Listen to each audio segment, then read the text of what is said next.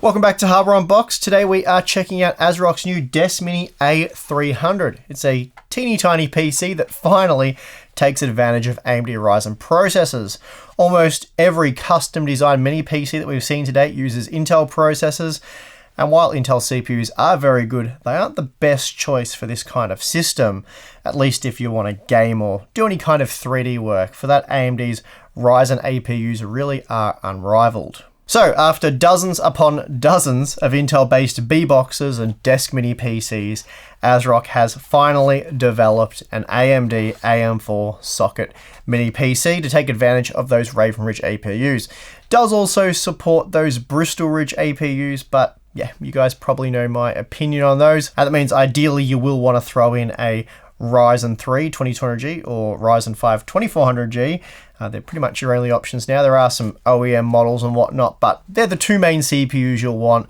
And since their release, it was about 12 months ago now, I've been recommending the 2200G as the ultimate bang for your buck option. However, in that time, Zen-based quad cores lacking SMT support have started to struggle a bit in the latest games. We saw that recently in almost every title. The 2400G was a good bit faster than the 2200G. But with the 2200G previously priced $70 lower, a little over 40% less, it was hard to pass up. Today though, the 2200G is just $40 cheaper, and that's a 30% saving, making it a bit less enticing in my opinion. For $135 US, the Ryzen 5 2400G is a cracking good processor, and surely only those not in the know would buy a Core i3 8100 for $150. For those of you interested, I will revisit the 2400G soon in a detailed benchmark video, but for now I just want to see how it performs on the new Desk Mini A300, as this really is the best APU you can put inside of this compact 1.9 litre barebones system. So the Desk Mini A300 costs a very reasonable $150 US, and for that investment you get a custom case. This little guy here, it measures 155 millimeters wide, 155 millimeters deep, and it is 80 millimeters tall. It is capable of housing two 2.5-inch storage devices. They go on the underside of the motherboard here, and you can fit CPU coolers as tall as 46 millimeters. It does limit you somewhat, but there is an optional cooler that you can get for this if you're struggling to find options, but I'll talk more about that in a moment. And then inside we will find, actually, where is a screwdriver? Before I start talking about the inside of the system, we might as well have a look at the inside of the system. That screwdriver, of course, is the wrong one. Let's try this one. There we go. We're onto a winner. Okay, so what was I saying? Inside we have, I'll just undo this here. This is the front I/O. A little motherboard. I've obviously got the memory and the CPU cooler installed at this point because I have been testing with it. But inside you will find the little A300M STX motherboard, and this little guy measures 147 by 140 millimeters. As you might expect, for such a tiny motherboard, it's not exactly brimming with features, but you do get all the essentials. The front I/O includes a USB 3.1 Gen 1 Type-C port along with a Type-A port, and then around the back there's an additional 2 USB ports, a 3.1 Gen 1 Type-A and a 2.0 Type-A. On board there's also a basic Realtek audio and gigabit network solution, and then there are 3 M.2 ports. Now 2 of these are for SSDs. There's one on the back side of the board. You will have to physically remove the board from the case to access that one. Then the one on the top side of the board, you can access that very easily. And then above that there is a 3rd M.2 port, and that is for a Wi-Fi module. Then finally there are 2 laptop style memory DIMMs supporting up to DDR4 2933 with Ryzen APUs. The display outputs include a single HDMI, a single DisplayPort, and a legacy VGA port. And it's also possible to use all 3 simultaneously for a triple monitor configuration. Now there are 2 optional items. One is a very basic air cooler, which did come with our sample, and the other is an M.2 Wi-Fi kit, which didn't come with our sample. There is a listing over on Newegg right now, which doesn't include the cooler, but it does come with the Intel AC3168 Wi-Fi kit for just $150, so that really is a great option there. After all, you can just use the Wraith Stealth cooler that came with your Ryzen APU, though be aware you will have to remove the fan shroud, just the top cover with the AMD logo on it. This reduces the cooler's height by a few millimeters, which is enough to fit it inside the A300, but this has no impact on cooling performance. And I tested this previously using the InWin show pan. Then, powering the Desk Mini A300 is an included 120 watt power brick. It's a 19 volt 6.32 amp version, and there's just enough headroom for using something like the Ryzen 5 2400G. Okay, so that's the bare bone. What you need to bring to the table is a CPU, some memory, and, well, some form of storage. For the CPU, it's really either the 2200G or 2400G. Obviously, we're testing with the 2400G. And yeah, some storage. So for the storage, I recommend using the M.2 slot as your sort of primary boot drive, and that frees up the 2.5-inch drive bays on the backside for either some bigger SSDs or mechanical drives. So for M.2 storage, obviously there's just endless options. This isn't really a guide as to what you should use, but something like the WD Blue 500GB, that costs just $68 US. That's a great option, nice and affordable. Or there's the Plextor, I saw the S2G on Newegg, a 512GB SSD, that was just $55. Either of those will work well. You really can't go too wrong for this kind of system. You don't need some sort of really high speed SSD. Any of those should be more than sufficient. So with SSD prices for your 0.5 terabyte drives, 500GB, with them well under $100 US, I don't think you need to bother with the 240, 256GB models anymore. But if you only want to spend like $35, then they are an option. But I'll leave that up to you guys to decide what storage you want. And then, of course, once you've got your SSD and your M.2, you can flip it over. You have two 2.5-inch drive bays here. Again, you can populate those with larger mechanical hard drives, whether they're 1 or 2 terabytes, or you can put in some additional SSDs as well. I suppose 1 or 2 terabyte SSDs, though you'd be spending a bit of money to do that. But the choice is yours. There are options anyway to expand the storage. I'll talk more about the hardware configurations towards the end of the video and some, I suppose, alternatives to this little mini PC. So we'll discuss all of that in the conclusion. For now, though, I just want to see what kind of performance you can get from the Desk Mini A300. Of course, we have tested the Ryzen APUs, the 2200G and 2400G, quite extensively. Haven't done any updated testing, so perhaps I'll do some more in-depth testing with the 2400G and 2200G in a later video. For this one, I just want to delve into a bit of gaming, show you some actual gameplay footage so you get a good idea of what you're in for with this thing.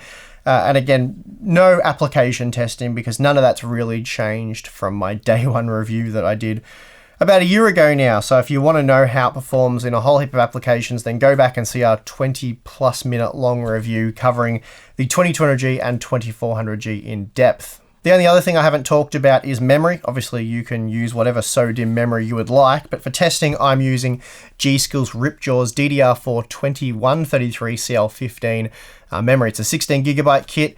The reason I've used that memory is quite simple. It's very cheap. It was actually the cheapest memory I could find, and it worked out to be about $80 US.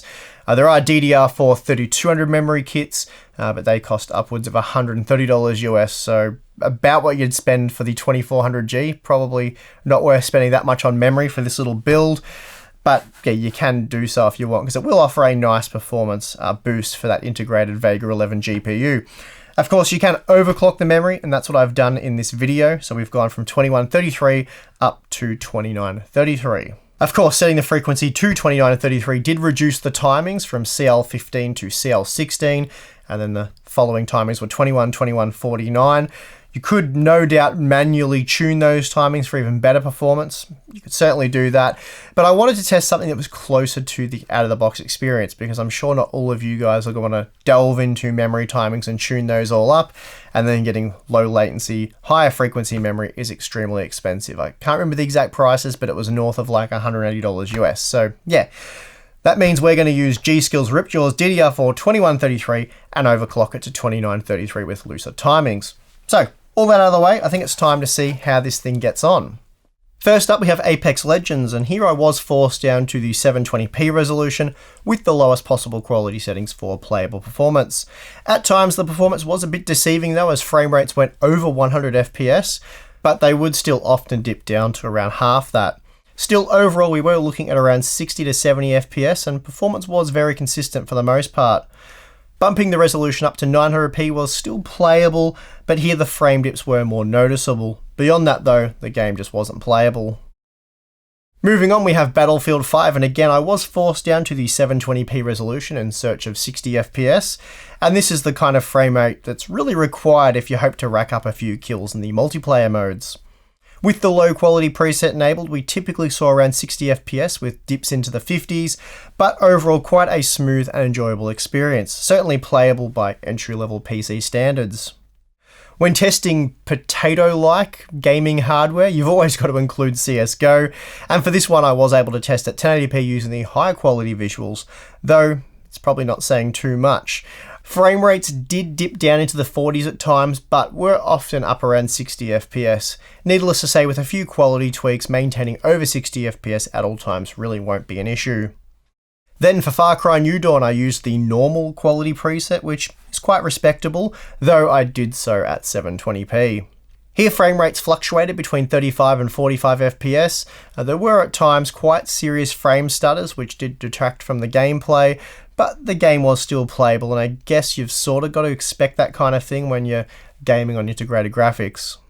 Next up we have Fortnite, and for this one I went with the low quality settings at 900p, and this allowed for at least 75 FPS, though most of the time we were looking more at 90 to 100 FPS, which sounds really great.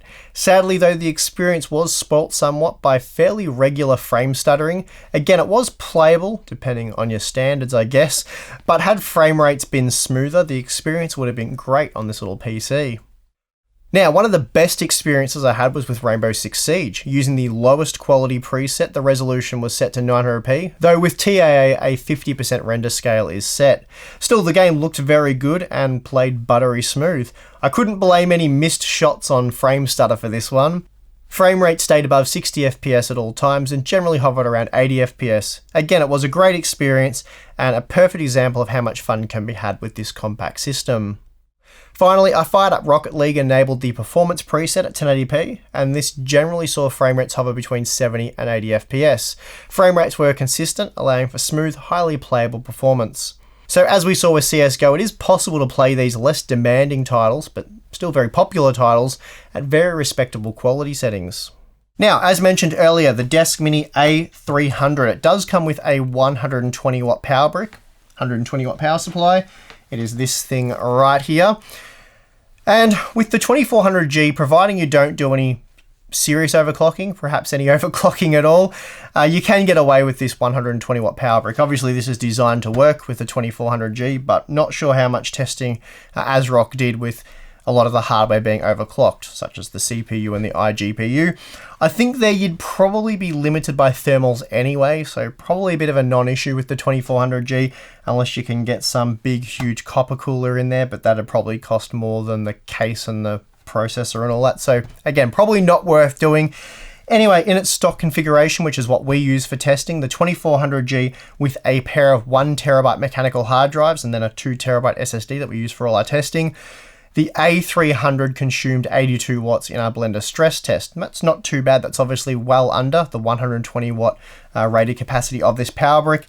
However, when gaming such as Battlefield 5 multiplayer, which is quite taxing on the CPU and obviously very taxing on the integrated graphics, we did see the wattage climb as high as 102 watts.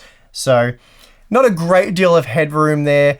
So like I said, I probably wouldn't recommend overclocking this or making it any more power hungry than it already is. Obviously it's very efficient. 102 watts for the entire system while playing a game is exceptionally low, but when you've got just 120 watt power brick, yeah, you don't want to go too much higher than that. Moving on, let's look at operating temperatures. Using the optional cooler, the Ryzen 5 2400G hit 78 degrees under load in our Blender stress test, but idled at just 33 degrees. This is a reasonable operating temperature, and surprisingly this little cooler didn't make that much noise. Replacing the base cooler with the Ray Stealth only dropped the load temperature by 4 degrees, though the Desk Mini A300 was basically silent now. So if you have a Stealth cooler and you're happy to take off the top cover, then I recommend using it in the A300. Asrock's new Desk Mini A300 is really everything I hoped it would be, and I'm glad they've finally released a mini PC that supports Raven Ridge APUs. Been begging for one of those ever since AMD released them about a year ago now. Of course, the gaming performance won't blow your socks off, but you can at least play games in some capacity. So that's a pretty big win there. It really wasn't possible with any of the Intel CPUs. You were really limited to flash-based games there. So yeah, this is a significant upgrade in that respect. So if you're after a compact gaming rig and you don't want to buy a console, for whatever reason, perhaps you want a fully functioning PC so you can do things like video editing or whatever else it is that you may do with a fully functioning PC, then I feel like the A300 fits the bill nicely. Of course, it is a very niche product. You have to be in the market for an extremely small PC that can handle some light 3D work. I have to say though, if you're just after a cost-effective gaming rig, then this really isn't it. And that's despite being one of the cheapest options available. The issue here being the A300's inability to support a discrete graphics card, making your only upgrade option a Zen 2 based APU.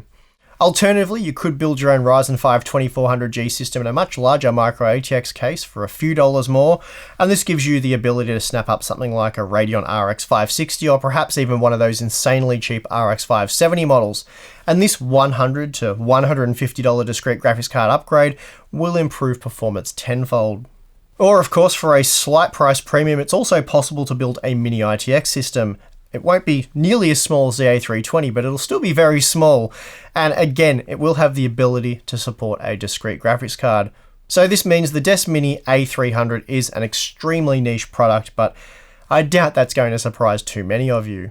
In the end, if you seek a super compact PC capable of a little bit of casual gaming and whatnot, then there really is no better option than Asrock's Desk Mini A300. And it really is very mini. So here's a GTX 1660, for example, the MSI Gaming X model, and you sure as hell aren't fitting that in there, but that gives you an idea of just how small this thing is, if it wasn't obvious already. Anyway, I think that shall do it for this one. If you did enjoy the video, be sure to hit the like button, subscribe for more content, and if you appreciate the work we do at Unboxed, then consider supporting us on Patreon. Thanks for watching. I'm your host, Steve, and I'll see you again next time.